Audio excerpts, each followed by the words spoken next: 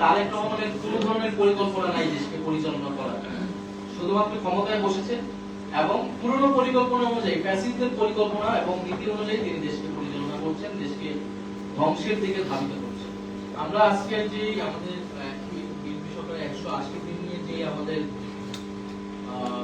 এখানে যে পুস্তিকাটা প্রণীত হয়েছে, আমরা এটার নাম দিয়েছি পরিবর্তনের প্রতিশ্রুতি থেকে পুরনো রাজনীতির প্রত্যাবর্তন এবং অব্যবস্থাপনা, অদক্ষতা এবং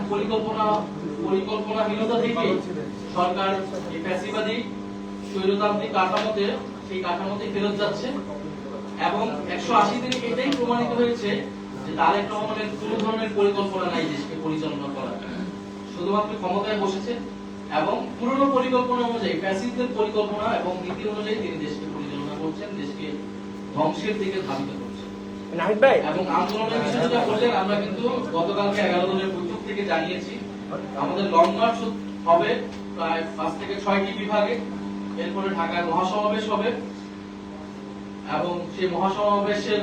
মধ্য দিয়ে কিন্তু আমরা একটা বড় বার্তা সরকারকে দিব।